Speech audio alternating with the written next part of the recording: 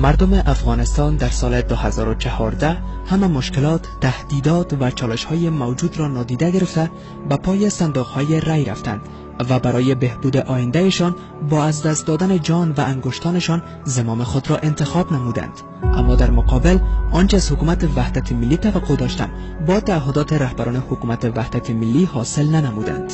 اینجا تعهدات سران حکومت وحدت ملی را مشاهده می‌نمایید که تحقق نیافت. هیچ موانع نمیتواند اتحاد، یکپارچگی و وحدت ما را خدشه‌دار بسازد. وحدت ملی ما هیچ وقت در شک نبود و در نتیجه از این انتخابات قوی تر شده. ما مردم واحد هستیم. هیچ وقت شعار تجزیه و جدایی نداشتیم و نخواهیم داشت. انحصار قدرت، تعصبات قومی، برخورد سلیقه‌ای و سلب صلاحیت‌ها خود نشان دهنده برعکس این شعار است. وزارت‌ها خوار کنده و برادر کنده و برادر اندر دارند. یک وزیر مدال وزیر اکبرخان مدال وزیر اکبرخان دادن به یک وزیر یک بحثی است که در داخل حکومت صورت بگیره. باید کابینه افغانستان باید بحث کنه که همین جمعیت رو دستاورد هست یا نیست. اما جب که بریم ده ها مسائل دیگه است.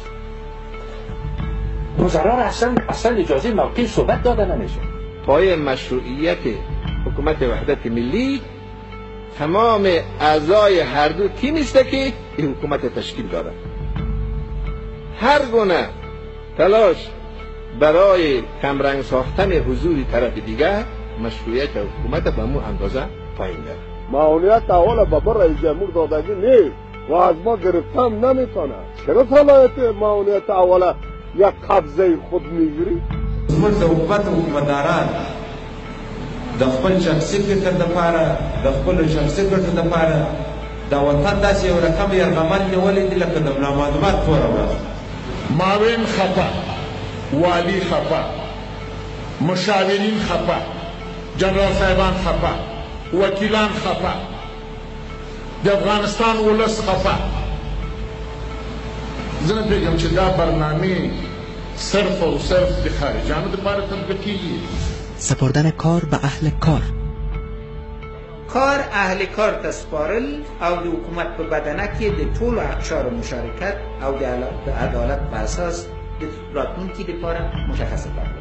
این تعهد است که تا امروز جنبه عملی را نگرفت و در عوض افراد به طور سلیقه‌ای کرسی‌های قدرت و در ادارات دولتی گماشته شدند. من حکومت جوابگو را ایجاد می‌نمایم و وعده‌های خود را عملی می‌نمایم. امروز ولسوالی‌هایی که از کنترل دولت خارج شده و ولایاتی که در معرض خطر سقوط مانند هلمند، کنداز، بغلان و چندین ولایت دیگر قرار دارند، کی پاسخگو میباشد؟ فساد شرم ملی است و بر ضد آن مبارزه جدی صورت میگیرد. اما بعد از آغاز فعالیت کمیته تدارکات ملی، صلاحیت امضای قراردادها به یک منبع واحد محول شده که این باعث طولانی شدن تدارکات و بیشتر شدن فساد اداری گردیده است. هر قدم را به تحکیم و حفاظت آزادی بیان برمی‌دارم.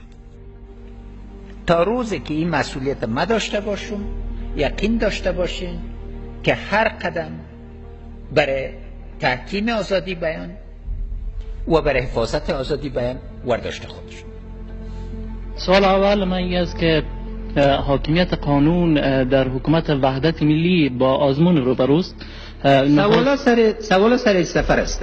اگر سوال دیگه دارین دیگه وقت. اما نقطه مشخص خدمتتان عرض کنم. اپوزیسیون‌ها را یک طرف کنید. بانیم که از اونا باد برآید، از شما بد برآید. بدبختانه امروز گلوی رسانه‌ها خفه گردیده و تظاهرات مدنی و آزادی بیان به گونه علنی و غیر علنی سرکوب می‌گردد.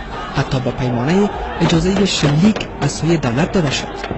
در مدت 5 سال حکومتداری هم هیچ فردی در کشور بدون مسکن نخواهد بود. ولی برعکس تنها در سال 2016 به گزارش سازمان عفو بین الملل بیجا شدگان داخلی به 1.2 میلیون نفر میرسد. استانبول مونده، بچه ما مونده، خود ما گه جهید سروز از مادری سرک هستیم. نه کمک میکنن، نه یک دیگه میکنن. یه اشرف خانی کجا هست که من ندیدیم اینا. وقتی باشه ایسته به مجلس که اشرف خانی گرفتن. به خاطر چی گریه میکنی؟ به خاطر دولت. از حقوق نیروهای امنیتی و وارثان شهدا دفاع می‌نمایم. خدمت به خانواده و توجه به از اینا یکی از اولویات است. فقط یک دانه تابوت، دیگه هیچ چیز نبود.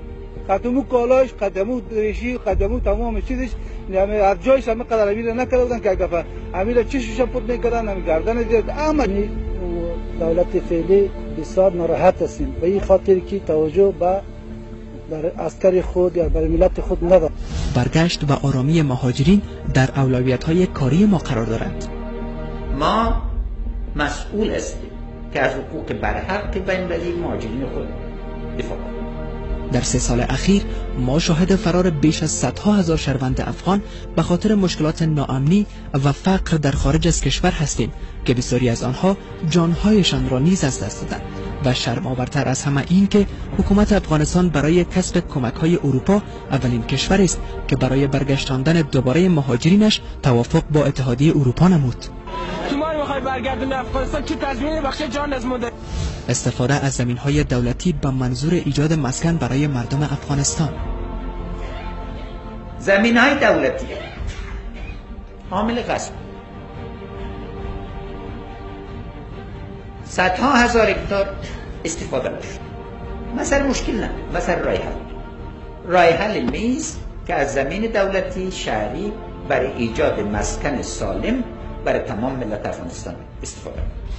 اما در مقابل 144 جریب زمین را به بهای بسیار ناچیز هر متر مربع 167 افغانی به شرکت الکوزی به فروش رسیده شد. اینمی کار خلاف قانون شده، خلاف اصول شده، خلاف منطق شده، خلاف انسانیت و شرافت و اسلامیت شده. همچنان قضیه مبهم شهرک هوشمند کندوز را محور ترانزیت بین المللی می سازم.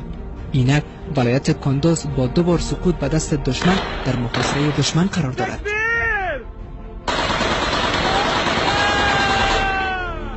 تبدیل کردن ولایت شرقی به مرکز صلح و امنیت.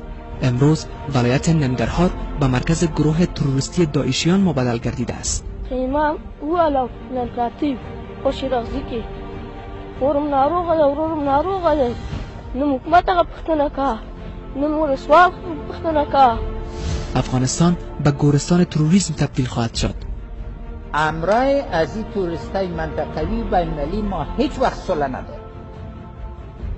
افغانستان گور توریسم منطقوی و بین‌المللی خواهد باشد. به اساس گزارش یونما تنها در 6 ماه سال 2016 بیش از 5166 غیر نظامی کشته شده است و حملات انفجاری و انتحاری به طور بی‌پیشینه افزایش یافته است. حاضر نیستم تا یک وجب خاک خود را به کس دیگر بدهم. ما حاضر نیستیم یک وجب خاک خود به کس دیگر بدیم. گزارش سیگار در سال 2016 نگاشته که 35% خاک افغانستان به دست دشمن می باشد.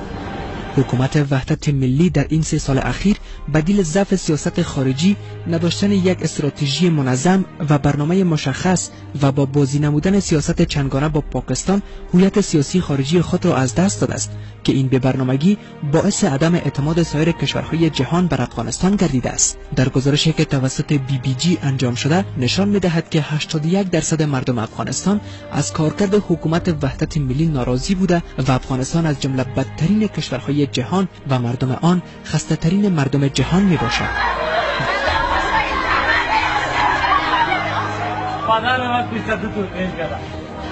در فرجام مردم افغانستان دیگر تحمل این همه بدبختی و نابسامانی ها را ندارند.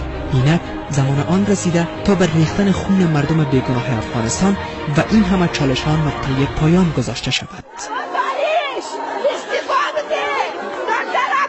استفاده